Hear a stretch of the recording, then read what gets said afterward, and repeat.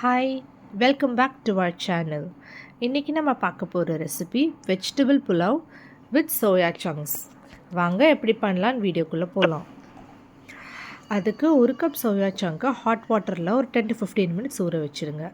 4 வெங்காயம் 2 தக்காளி நல்லா ஸ்லைஸ் பண்ணி ரெடியாக வச்சுக்கோங்க.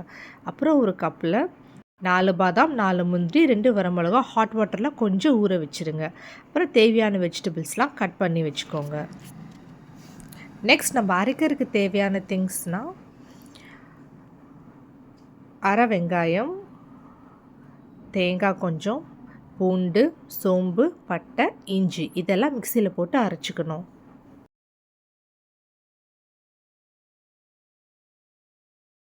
நெக்ஸ்ட் ஹோல் ஸ்பைசஸ் எடுத்து வச்சுக்கோங்க. அப்புறம் தேவையான வெஜிடபிள்ஸ் வெங்காயம், தக்காளி, கேரட் வேணும்னா பச்சை பட்டாணி கூட நீங்கள் சேர்த்துக்கலாம்.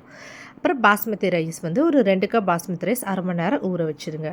அப்புறம் நம்ம ஊற வச்சு சோயா சங்க்ஸ் அதுவும் புழிஞ்சு தனியாக எடுத்து வச்சுக்கோங்க. நாங்கள் இந்தியா கேட் பாஸ்மதி ரைஸ் தான் யூஸ் பண்ணுறோம். நம்ம அரைச்சி வச்ச விழுதை சோயா சங்கோட போட்டு நல்லா மிக்ஸ் பண்ணி ஒரு 2 ஸ்பூன் தயிரும் கெட்டியான தயிரும் போட்டு நல்லா மிக்ஸ் பண்ணணும். அப்போ தான் அரைச்சோட ஃப்ளேவர் சோயா சங்கில் இறங்கும். நெக்ஸ்ட் ஒரு குக்கர் எடுத்துகிட்டு ஒரு 2 ஸ்பூன் எண்ணெய், 2 ஸ்பூன் நெய், ஹோல் ஸ்பைசஸ்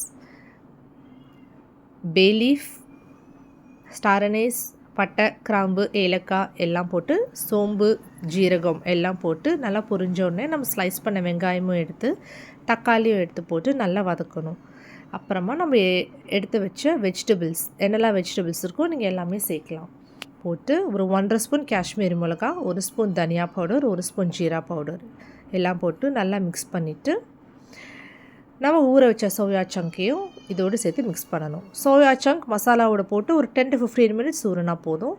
அப்புறம் தேவையான அளவு உப்பு, கொத்தமல்லி ஃப்ளேவருக்காக போட்டு எல்லாம் மிக்ஸ் பண்ணிவிட்டு கொஞ்சோண்டு தயிர், தண்ணி 1 கப் அரிசிக்கு 1.5 கப் தண்ணி சேர்த்துட்டு அரிசி போட்டுட்டு தண்ணி டேஸ்ட் பாருங்கள். உப்பு வேணும்னா இன்னும் கொஞ்சம் ஆட் பண்ணிக்கோங்க. குக்கர் மூடிட்டு ஒரு 2 விசில்ஸ் மிதமான சூட்டில் வச்சுட்டு எடுத்து வச்சுருங்க.